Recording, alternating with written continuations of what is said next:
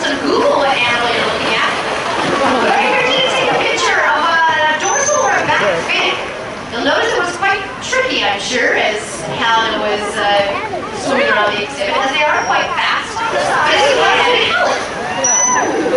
which ends up being about 2.3 meters or 7.5 feet in length on average.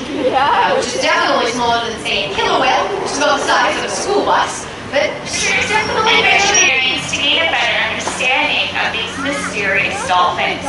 In fact, every day that we spend with them reveals more information about their species, as well as their individual personalities, which, believe it or not, are just as different as you and I.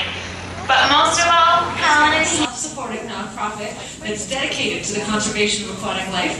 Your admission, if you're participating in our cafe, it does look as if we are reaching the tail end of our program today. So thank you so much for joining us to learn a little bit more about how.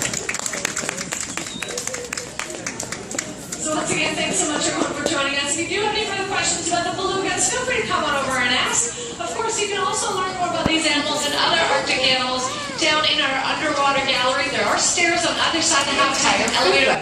Feeding on algae are little Arctic invertebrates. Feeding on invertebrates are fish. And feeding on fish are mouthy belugas like Keela and Aurora. But of course, when there's less ice, there's less of a surface area for that algae to grow. It means less invertebrates, means less fish, means it's a lot tougher for animals like these to survive. Now, sure enough, again, this does still seem pretty far away from many of us, but there are people who live closer to belugas than you might have imagined.